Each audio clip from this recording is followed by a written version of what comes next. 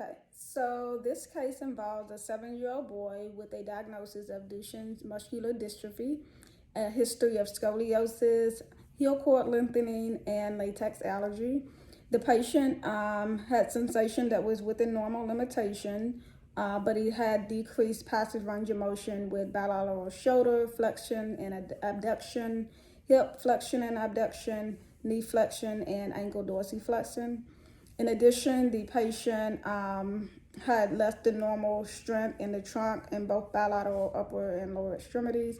He also presented with lordosis, wide basis support, and flat foot posture. He ambulates independently with walking poles up to 400 feet on level surfaces, however, requires supervision for steps. He uses a 4-point gait pattern. So the first thing I'm going to do is to instruct on the proper fitting of the walking poles. Basically, when you're adjusting the walking poles, you just want to make sure that they're not much higher than the shoulders because the extra weight is unnecessary. So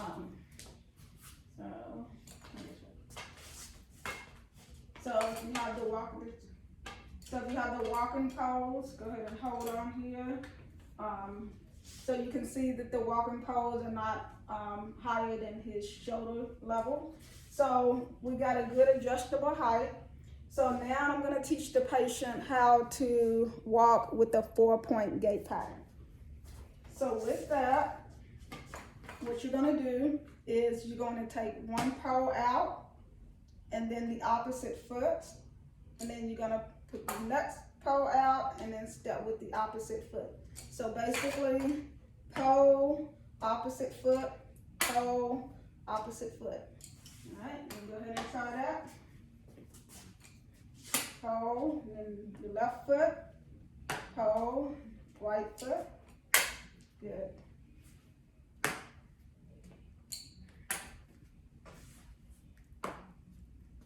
Okay, so that is the 4-point gait pattern. And next, we're going to use that same gait pattern to go up the ramp. Now, since the patient requires supervision on the ramp or on level surfaces, I'm going to go ahead and put the gate belt around them just for safety.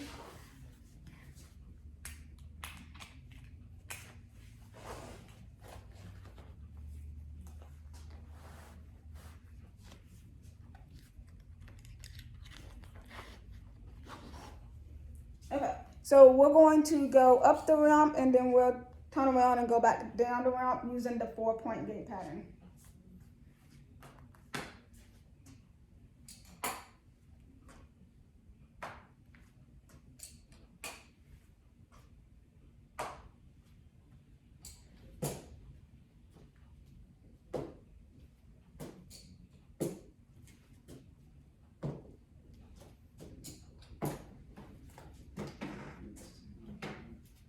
Okay, good, and then we'll go ahead and turn around nice and slow. And we'll go back down using that same gait pattern, pole, left foot, pole, right foot. Good.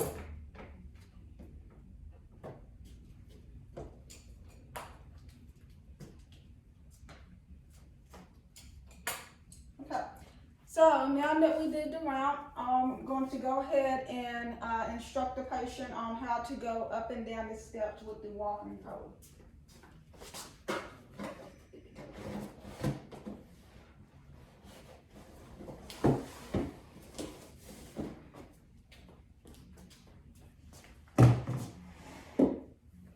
Okay, so we're going to pretend that we have a handrail over to the side, and then I'm going to have the patient, I'm going to have you hold your walking pole in your right hand, and then go ahead and grab the wheel on your left side.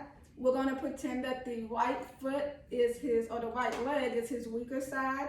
So when you step up onto the step, I want you to step up with your stronger side, which is your left foot, okay? Good, and bring your pole and the weak side up together, good. All right, now, when you step down, it's going to be the opposite foot. I want you to step down with your right leg, since it's the weaker side, with the pole, and then you're going to bring your left leg behind.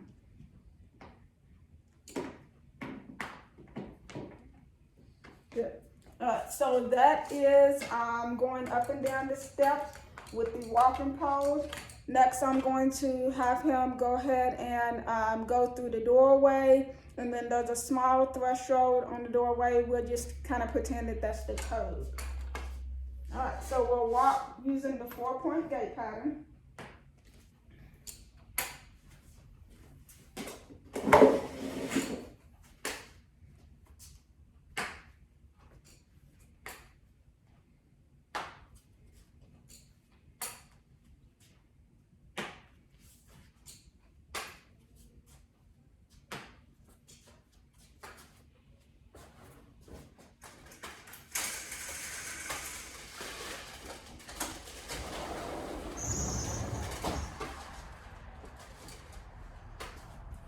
So when I'm instructing him to go up and down the curve, it's gonna basically be the same technique that he uses when we went up and down the step. Again, that strong leg goes up when you're going up the steps. It goes up first, and then the weaker side goes down first when you're descending the step.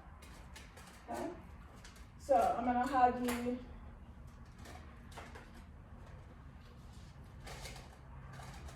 face forward, good. And I'm going to kind of supervise them and provide the supervision just because, again, this is an unlevel surface. So I'm going to have you put the pole down, good, and then step down with your left foot.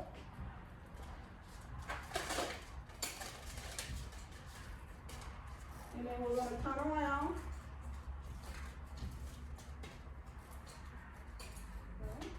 And then you're going to step up with your strong foot. Good.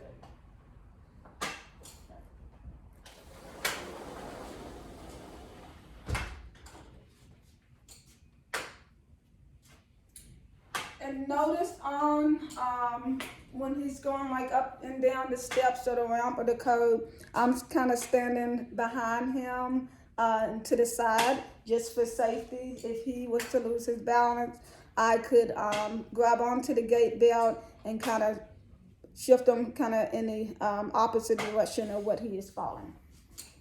Okay, so now I'm gonna move this out of the way.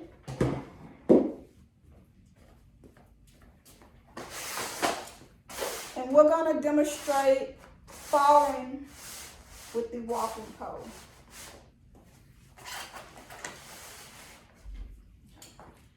So assuming that he already has the exercise with the program, we've already went on the instruction on how to fall and get up off of the floor.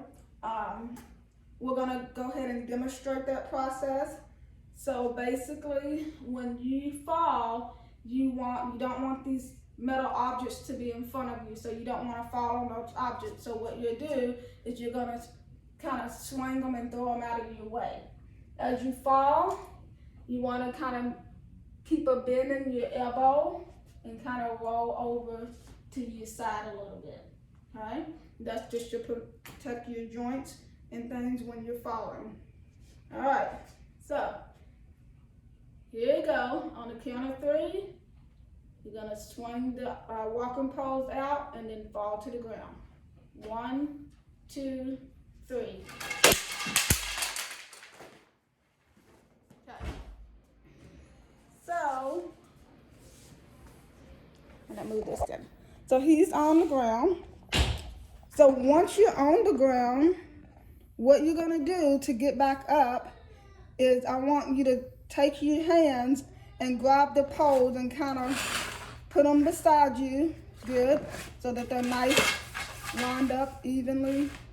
So that way when you go to get up to stand, you can grab one of those poles and then grab the next pole to complete your stand. Okay. All right.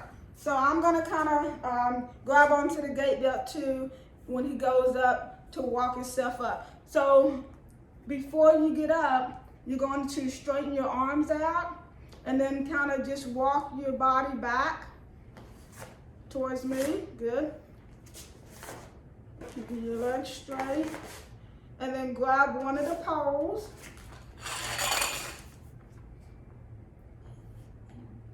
You keep coming back. And then grab the other pole. Yeah, and then kind of bring them back towards you so that you can get your balance. Good. All right, and that was the demonstration for the 4-point walking pattern with the walking poles through the doorway, step, curb, ramp, and following with the crutches.